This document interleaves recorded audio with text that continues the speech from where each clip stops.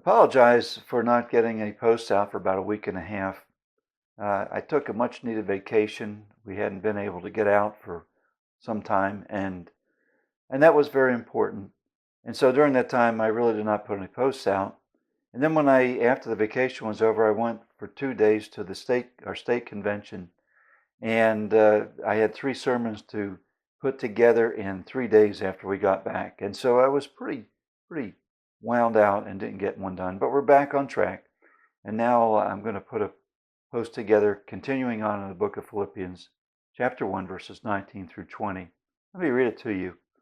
For I know that this shall turn out to my salvation through your supplication and the supply of the Spirit of Jesus Christ, according to my earnest expectation and hope, that in nothing shall I be put to shame, but that with all boldness, as always, so now also Christ shall be magnified in my body, whether by life or by death.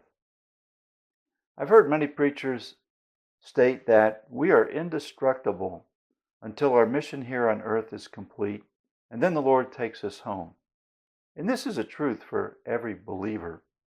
Every believer has eternal life, and every believer has a mission for the Lord here on this earth. And it is true that we are indestructible. Though the body may perish, we shall never, ever die. And this is what the Lord stated to Martha after Lazarus died and before Jesus raised him from the dead. Jesus said unto her, I am the resurrection and the life. He that believeth on me, though he die, yet shall he live. And whosoever liveth and believeth on me shall never die. We who have believed in Jesus will absolutely never die. So what happens when our work on earth is done? The Lord takes us to our heavenly home. When I was in the United States Army, I was stationed in the Federal Republic of Germany during the Cold War. And I was there for 3.5 years, and all that time I had not come back one time to the United States. And I remember the day that I got on that airplane with orders to come back to the United States, and I landed in the airport, got through customs, and I got outside, and I had this time when I had a great feeling to be back in my own home country. And I was greeted after I got through customs at the airport in New York by my mom and my dad and my wife, and I was home.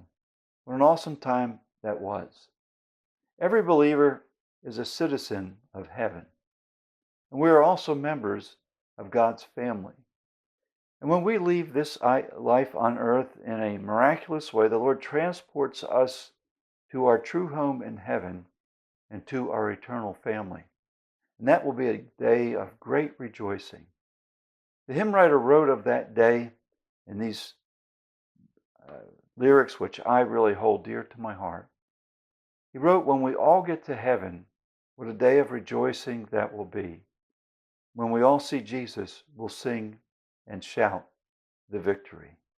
What an awesome journey that we have in this life, and an awesome destination when God is done using us here and He takes us to be in our heavenly home.